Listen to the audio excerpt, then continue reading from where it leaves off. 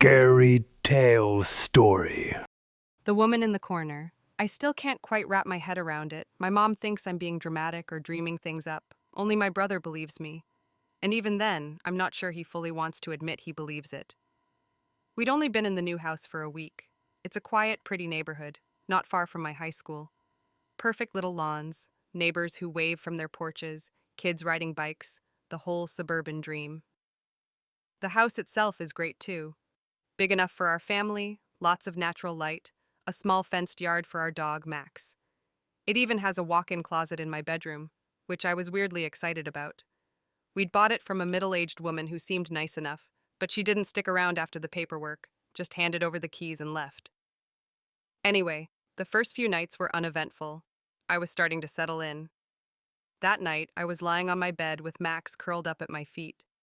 We were watching some cheesy horror movie on my laptop, just the two of us. I remember laughing at how predictable the plot was when I sat up to adjust the blanket draped over my legs. I reached down to scratch behind Max's ears. He thumped his tail like usual. Then I saw her. Out of the corner of my eye, I noticed a shadow moving across the room. It wasn't a vague blur or a flicker. This was the solid outline of a person. A woman. Not very tall, maybe around 5 feet. Slim frame. She moved from the front corner of the room, where the window is, all the way across to the walk-in closet. It was like she glided. No sound, no hesitation. I froze. At first, I thought I was imagining it. You know, a trick of the light, or maybe my mind playing games because of the horror movie, but just as I was about to brush it off, Max jumped up and lost his mind. He was barking and growling, his ears pinned back, staring directly at the closet where the woman had vanished. My heart was hammering. I tried to calm him down, but he wouldn't stop. He kept barking and pacing back and forth in front of the closet door. I didn't dare open it. That was just the beginning. Later that night, I was finally asleep, or at least trying to be. I remember rolling over and staring at the glowing red numbers on my alarm clock.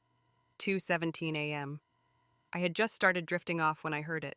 3 sharp knocks. Not on my bedroom door, but on the wall, the one I share with my brother's room. At first, I thought maybe he was messing with me, so I reached for my phone to text him. Just as I touched it, the screen lit up with a buzz. It was a text from him. "What do you want?" I stared at it, confused. I hadn't texted him yet. I replied, "I didn't knock. I thought that was you." No reply. I lay there in silence for a while, listening. Nothing else happened. Eventually, I must have fallen back asleep because the next thing I knew, sunlight was streaming through the window and my brother was shaking my arm. "Dude, wake up. Also, why is your closet light flickering?" That snapped me awake. I sat up immediately and turned toward the closet. The light inside was flashing, on, off, in this slow, irregular rhythm. But the switch? It was off. I got up and double-checked. I even opened the closet door. No one inside, nothing but clothes and boxes. That was when I told him everything. The shadowy woman, Max freaking out, the knocks, the text, and now the light. To my surprise, he didn't laugh or roll his eyes. He just sat there for a minute, thinking, then nodded slowly and said, "I believe you. I heard knocks too. And something weird happened in my room last night too. My lamp turned on by itself." We told our mom that morning over breakfast. She smiled politely, but it was the kind of smile people give when they're trying not to laugh. "You two and your spooky stories," she said, shaking her head. "This is what happens when you watch horror movies late at night." But we weren't watching movies in his room, and we weren't dreaming. It's been 2 days since then, and strange things keep happening. Every night I hear knocks, not just from the wall anymore, but sometimes from inside the closet.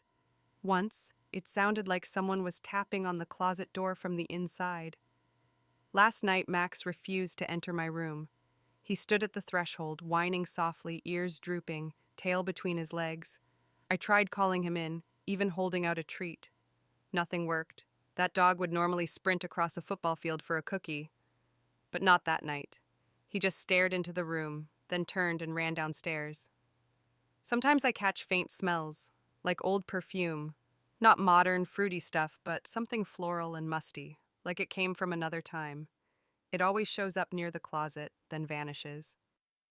I've stopped using that closet altogether. I even threw a blanket over the door like that would do anything. I haven't seen her again, but I know she's still there. I feel it. And she's not leaving. What do I do? Like and subscribe to Scary Tales Story for more horror tales that will haunt your dreams and keep you checking the shadows.